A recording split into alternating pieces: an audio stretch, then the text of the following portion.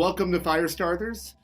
It's our Firestarters interview series, and our first guest is Autumn Shelton, the founder and CEO of Autumn Brands.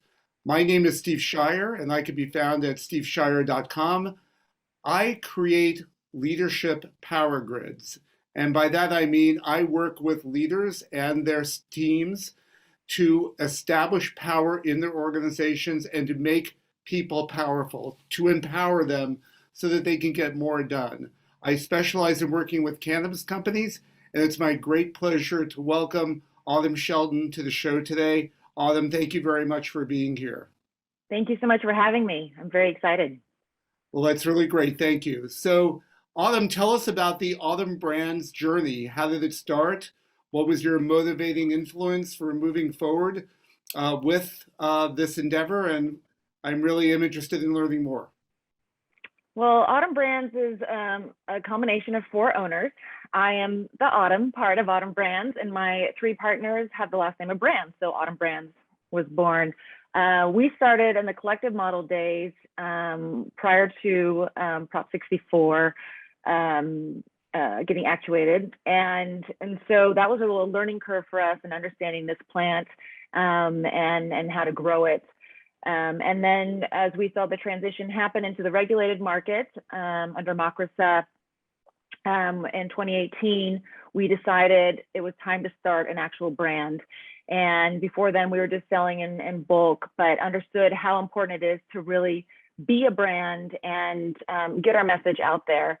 And so in 2018, we created our first package line, which was a 1/8 flower jar. And then soon after were pre-roll packs. So Autumn Brands is, we started medical, and that was our first kind of packaging and how we did things. And then we transitioned into understanding that this is actually a health and wellness product. And whether you use it for adult use or medicinal use, that's truly what it's all about. So Autumn Brands, fundamentally, we are all about sustainability. All our water is reused and recycled. All our organic waste is reused and recycled. Everything we do on this property is focused on sustainability. We are 100% pesticide free, which is really key and important to be able to create a really natural product for everybody. Creating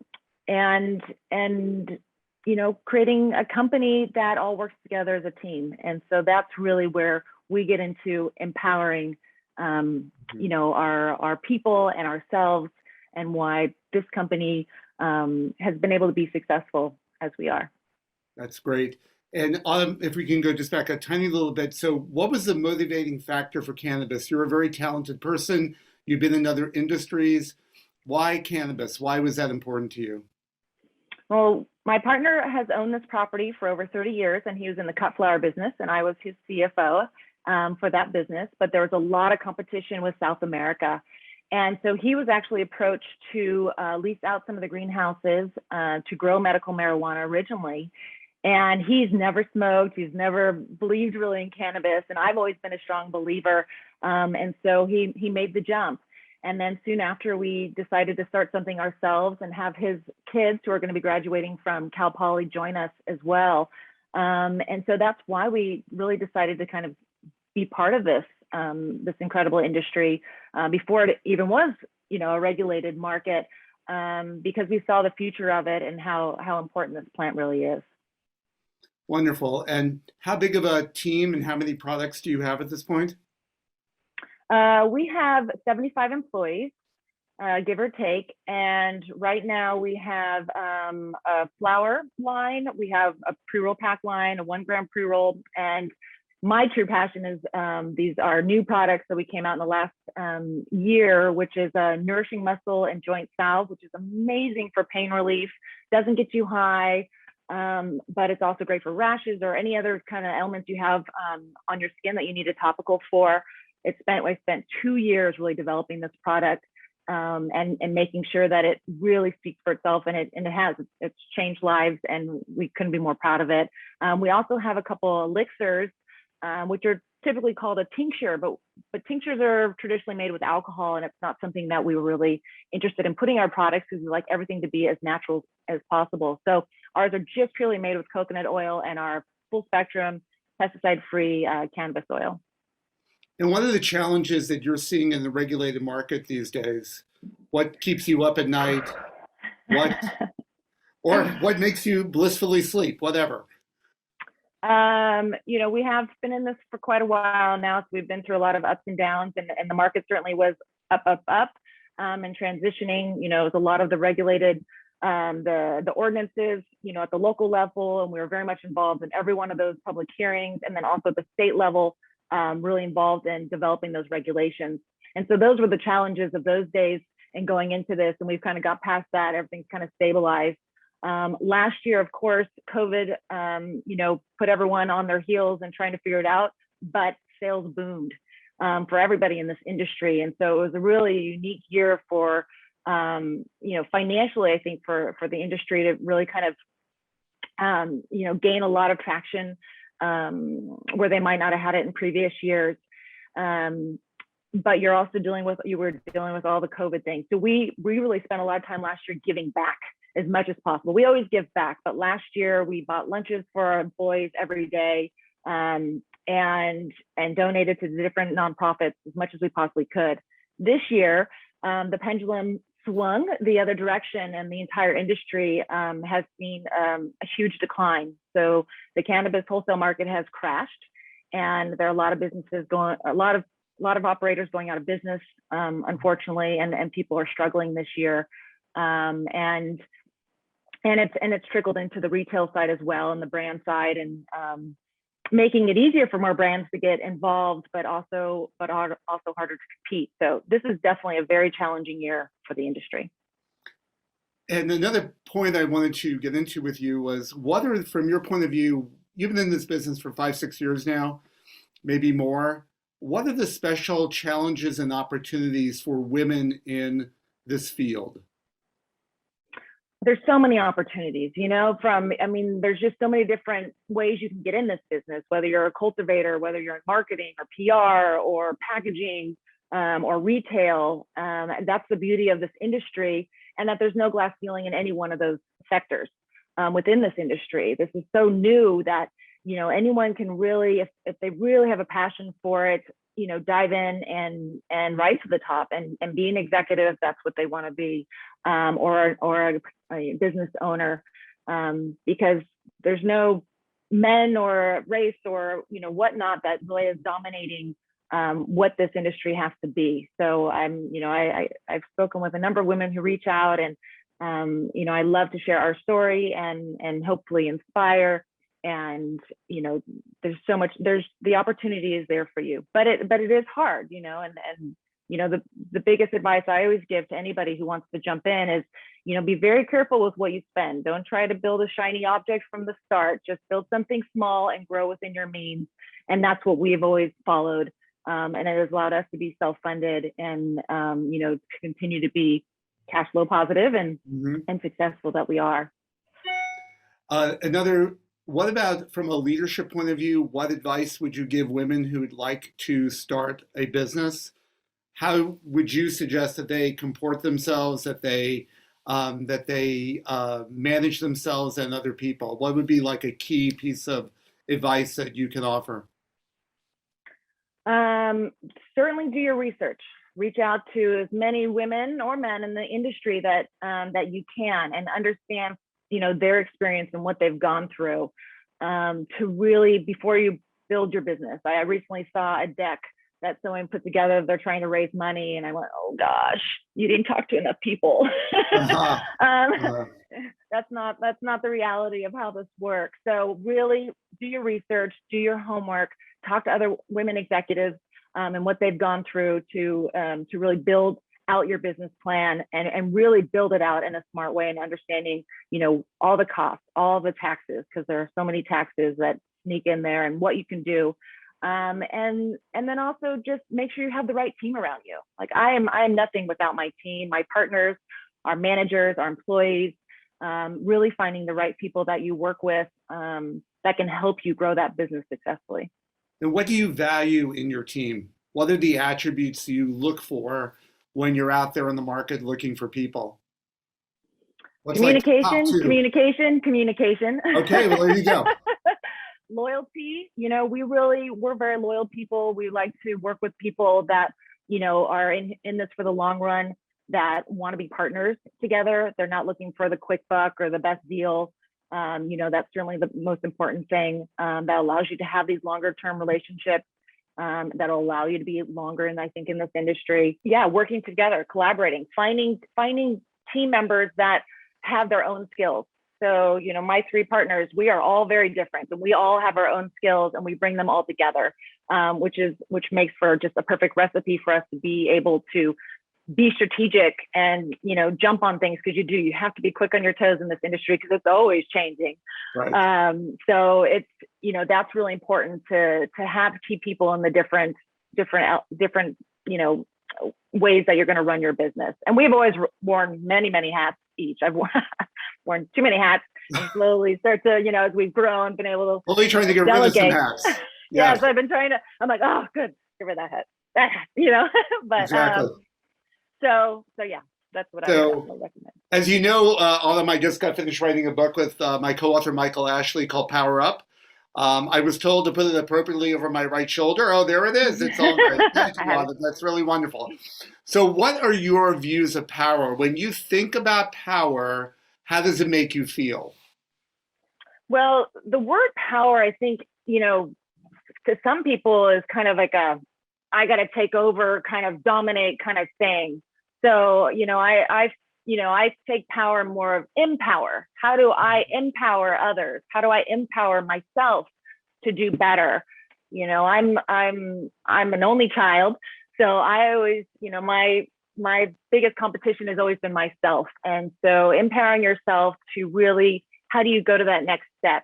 And then how do you help others go to your next step? How do you empower people? So, again, it's by communicating, allowing them to communicate, allowing them to, ask lots of questions. My strong suit is definitely problem solving. So everything that comes to me, I'm like, how can I figure this out? My favorite class was calculus. I'm like, okay, how do I kind of do all the algebra and put it all together? And so, power up is certainly just, yes, empowering others to be the most successful that they can be. I've recently transitioned an employee who was very successful in one position, but I know she can be that successful and more in something new that she knows nothing about. But I am giving her the tools to be successful in the best way that I possibly can, and making sure that, even if she feels timid in certain times, I can continue to be there for her and that she's not alone. So powering up everyone around us is how you also empower yourself. Absolutely. And Autumn, do you have one tip for how you build confidence? When you're feeling unsettled, what do you do to build your confidence? I take a deep breath into the nose, out through the mouth, Uh-huh. and really just think about the moment and being in the moment, and not, worrying about, okay, what's ahead, what all these things and all these daunting tasks that need to happen, and is it going to happen? And so not allowing myself to always over worry, but to really just kind of take a moment to go, okay, how do we move forward? What are the right avenues? What's the right path for us to go down? Yeah, that's great. And do you have it sounds like you very much have a philosophy. In fact, more than it sounds like, I know you have a philosophy about empowering people. One of the things that I've noticed, I wonder if you've noticed it, is that some people are very hesitant to take on power. They're more comfortable not doing that. They'd rather, they're happy working in a team. They're happy working for you. They're happy deferring decisions to you or somebody like you. They're not necessarily thrilled about empowering themselves. I say when I work with leaders, I know I'm conscious of the fact that how they came to me at that time is reflective of their past, their family experience, their work experience, and they're here right now in their own unique configuration, but they may not be receptive to owning their power. So have you seen that before, number one? And what do you do when you see that, when you know that somebody has more power and can do more, but they're a little stymied? Yeah, I think that's definitely nature versus nurture, right? You have a lot of people that maybe that's just kind of their personality and who they are. And there's other people that have been told maybe by people that you can't do this, you're not strong enough, Right. And so those certainly are the people that you see it in them and you know the skill that they need to be empowered. And that's, I've seen that in different employees over the years that we've had. And, really it is about providing them with, you can do this. I know that you can, and putting them in a position that makes them feel like they can succeed. And when they do, you continue to encourage them and show them that, look what you were capable of doing here. You are capable of doing more. So let's go to the next step and let's try a little bit further. I'm also a mom of a 6-year-old and a 2-year-old. So this is my daily, Exactly. This is my daily life. It's always a negotiation. It's always like, you can do it. You can do more. Right. So, really, again, I think it's really allowing people to be in a position where I know they can be successful, not putting them in positions where they're going to constantly fail, but it's okay if you fail. And that's, and explain to them that, yeah, if you don't do that perfectly or it doesn't work that time, then try again. And you can get there. And then knowing that, I'm here for you. I can, we're doing this together. Don't feel like you're alone. And I've seen time and time again that they can, and they start to build that confidence and get to that spot where they feel like, I can do this. I'm going to do this. And there's nothing better than seeing that in somebody. Absolutely. I think just 2 more questions for you. Thank you so very, very much for spending your time with us. I think this will be very valuable for everyone who listens in. One of the things that I see all the time with leaders is that I often want them to take a little bit of time every week to be with their team individually and collectively. And sometimes they say to me, I just don't have time. And my point of view with that is you need, okay, thank you, Autumn, for your kind I'm sharing. going to be honest. Okay, thank you. Yeah. Thank you. My point to them is, listen, if you spent a half an hour with your key people every week to listen to their challenges and to empower them and to reinforce what you want to do, you would be able to get so much more done organizationally. Yeah. The fact that you don't think, if you think you're just too busy to meet with people, you're clearly have got too many things on your plate and you need to throw some stuff off your plate. So I think from what you said that this is a challenge for you, perhaps. This has been a challenge for me, and I've recognized it, and I even put it on the calendar. So I have calendar appointments with them, with the people that I work with under me, and I did pretty good for the first couple weeks, and then I fail miserably, and so it kind of now just kind of happens as it goes. But yeah, certainly I am still wearing too many hats as it appears.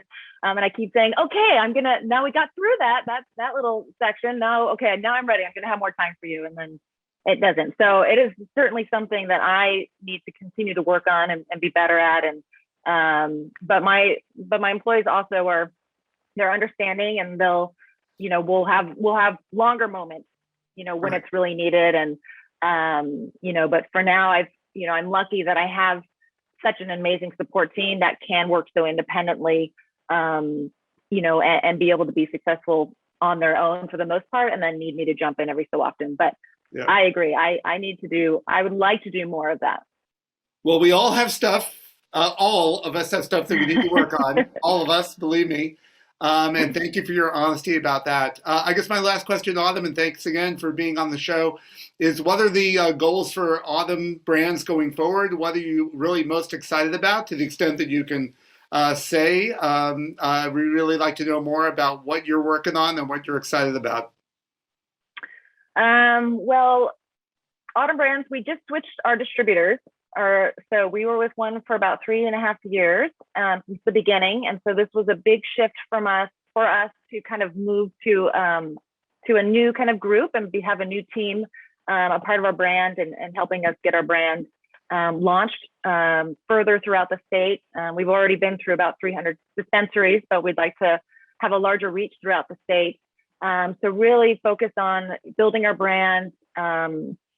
Really educating people on cannabis as much as possible, continuing that message like we are now, and and really being able to dive more into the health and wellness part of this incredible plant, and really show and get our products in the hands of consumers so they can understand how incredible it is to have a product that one is just 100% pesticide free, because you will probably not find that throughout the state. Everyone still uses even organic pesticides, but also our health and wellness products that truly do help, from needing a good night's sleep to cancer patients, to athletes, to just a mom that needs a little relaxation. So we're very excited for the future and what 2022 is going to bring. And yeah. All right. Well, Autumn, thank you very much for being on the show today. We really Thank appreciate you. it, and continued good luck and success to you and to Autumn Brands. So thank you very much. Thank you.